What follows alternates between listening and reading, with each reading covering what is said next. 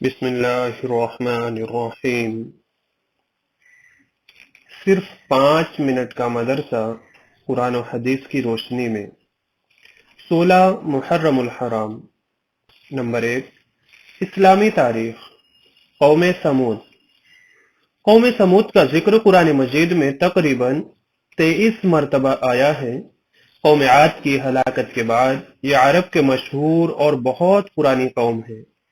اس کا نسب حضرت نوح علیہ السلام کے بیٹے سام سے ملتا ہے۔ حجاز و شام کے درمیان وادی قرا کے میدان میں ان کی آبادیاں تھیں، جن کے کھنڈرات و نشان آج بھی موجود ہیں۔ ان کا دارالحکومت مقام حجر میں تھا، جسے اب مدائن صالح کہتے ہیں۔ اس قوم کا زمانہ حضرت ابراہیم علیہ السلام سے پہلے کا ہے۔ یہ اپنے وقت کی مہذب، ترقی یافتہ، طاقتور اور بڑی مالدار قوم تھی۔ پہاڑوں کو تراش کر بڑی بڑی عمارتیں بنانا اور سنگ تراشوں کو بھاری مزدوری دے کر بڑے بڑے بت بنوانا ان کی زندگی کا پسندیدہ کام تھا۔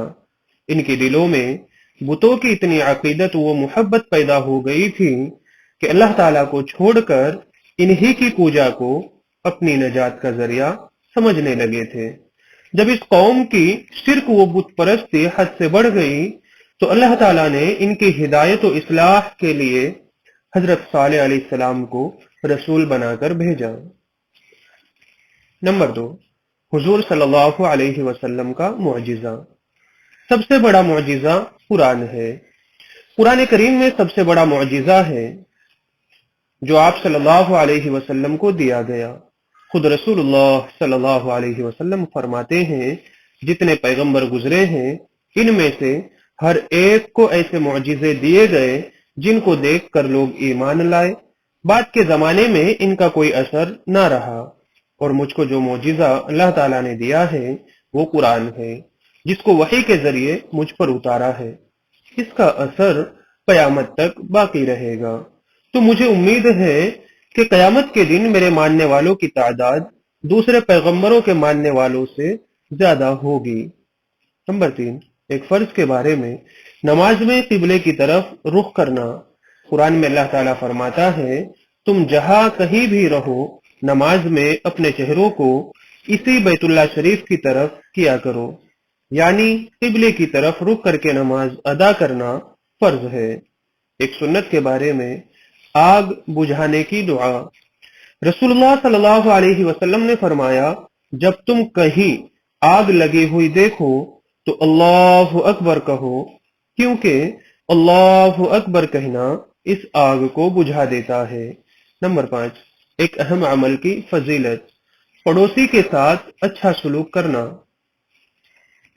رسول اللہ صلی اللہ علیہ وسلم نے فرمایا، اللہ کے نزدیک بہترین ساتھی وہ ہے جو اپنے ساتھی کے لیے بہتر ہو، اور اللہ کے نزدیک بہترین پڑوسی وہ ہے جو اپنے پڑوسی کے حق میں اچھا ہو۔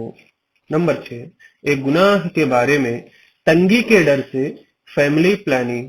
قرآن میں اللہ تعالیٰ فرماتا ہے، اپنی اولاد کو تنگی کے ڈر سے قتل مت کرو، ہم ان کو بھی رزق دیں گے اور تم کو بھی، بے شک ان کا قتل کرنا بڑا گناہ ہے۔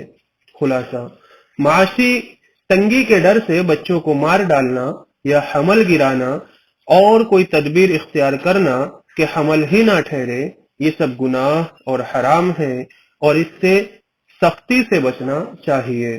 نمبر 7، دنیا کے بارے میں، دنیا کی چیزیں چند روزہ ہیں۔ قرآن میں اللہ تعالیٰ فرماتا ہے، جو کچھ بھی تم کو دیا گیا ہے وہ صرف چند روزہ زندگی کی پونجی اور اس کی سجاوٹ ہے، اور جو کچھ اللہ تعالیٰ کے پاس ہے وہ اس سے کہیں زیادہ بہتر اور باقی رہنے والا ہے۔ کیا تم لوگ اتنی بات بھی نہیں سمجھتے؟ نمبر 8، آخرت کے بارے میں، اہل جنت کو خوشخبری۔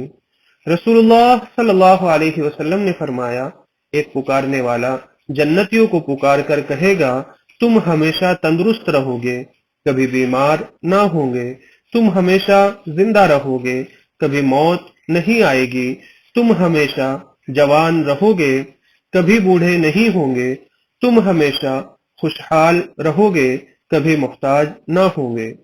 نمبر 9، طب نبی سے علاج، ہر بیماری کا علاج۔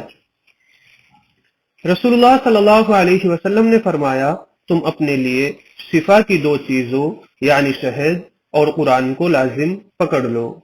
نمبر 10، نبی صلی اللہ علیہ وسلم کی نصیحت۔ رسول اللہ صلی اللہ علیہ وسلم نے فرمایا، اللہ تعالیٰ رات کے آخری حصے میں بندے سے بہت زیادہ قریب ہوتے ہیں، اگر تم سے ہو سکے تو اس وقت اللہ تعالیٰ کا ذکر کیا کرو۔